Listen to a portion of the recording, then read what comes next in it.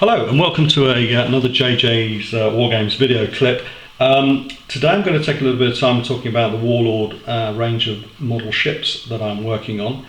Posted a first post about the collection on the blog just recently, JJ's Wargames blog, which seemed to cause quite a bit of interest, and so I thought I'd follow that up with some videos about how I'm putting these models together to give a bit more information.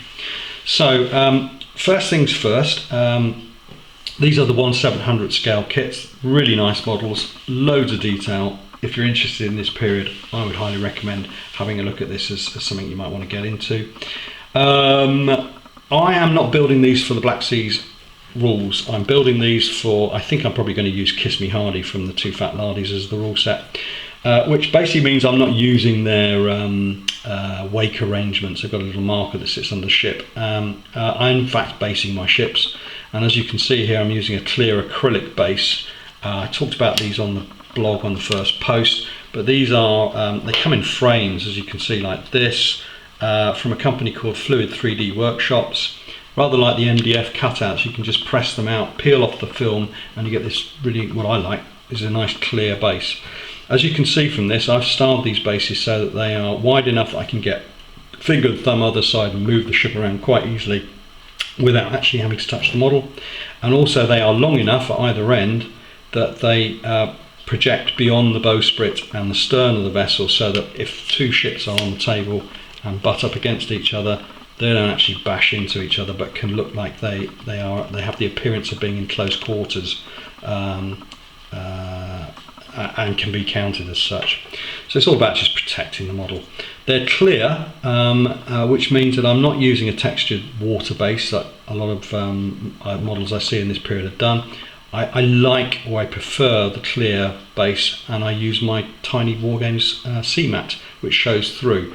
Yeah, I'm not getting a weight pattern, but I don't really feel that really needs to be emphasised in this period. These ships tended, in my opinion, to look as if they were just gliding around.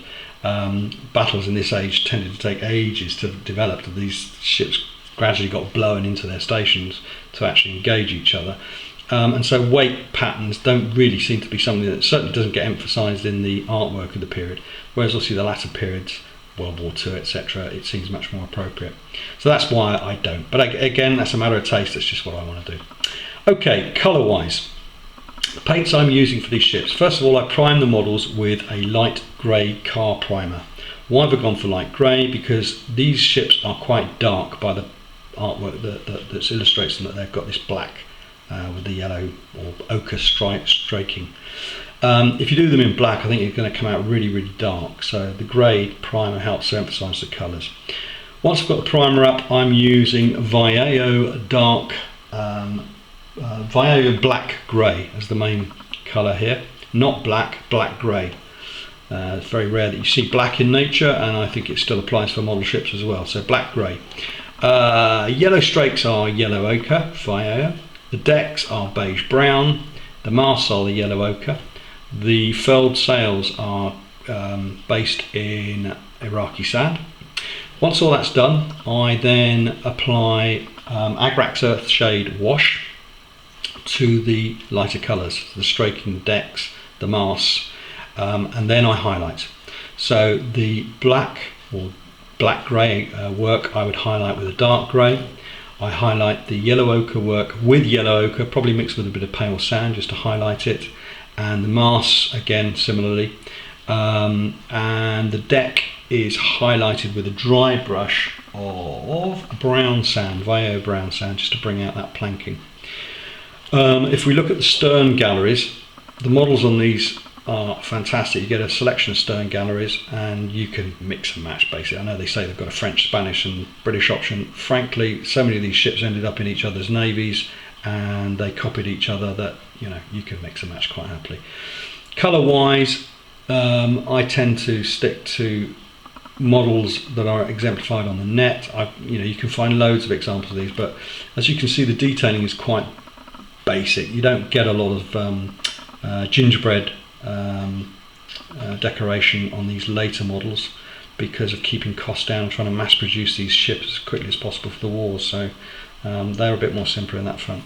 On the front end of the ship, the bow, On that front part of the forecastle, Royal Navy ships particularly tend to be blue with yellow artwork, yellow line work on the front of it, so I tend to do that, but I guess foreign ships probably did something similar.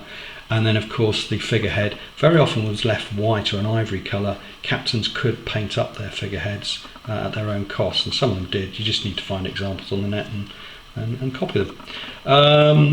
So highlighting also the furled sails. I'm highlighting those with a pale sand on that Iraqi sand with the wash, just to bring those out as well. Seems to match in quite nicely with the card sails that you can get.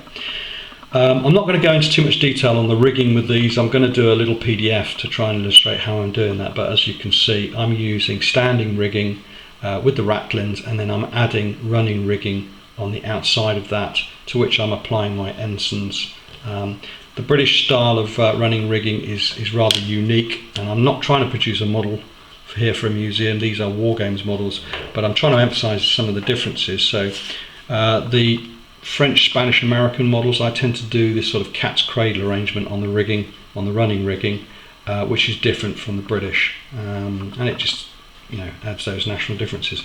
Other things like the insides of the bulwarks, they're red on the British. For the American Constitution, I've used the green. Apple green was a favourite colour there, so you can bring in these national differences as well. But as you can see, I think the rigging can be quite effective and just makes these models stand out. Book-wise, I would really recommend maybe getting hold of the Langton book on rigging. It's got some really good illustrations in there, some of the colour strokes that we use on these ships. There's lots of information around on the net, as I said, and several really good books on the subject as well that you can pick up that I've illustrated at the back there and on the blog. Okay, I hope that's helpful. I'm going to do, as I say, some more stuff around the rigging, so you just have to stay tuned to JJ's War Games, the blog, where I'll put up more information, and I'll maybe try and put together another one of these clips looking specifically at the rigging. Okay, thanks again. Bye.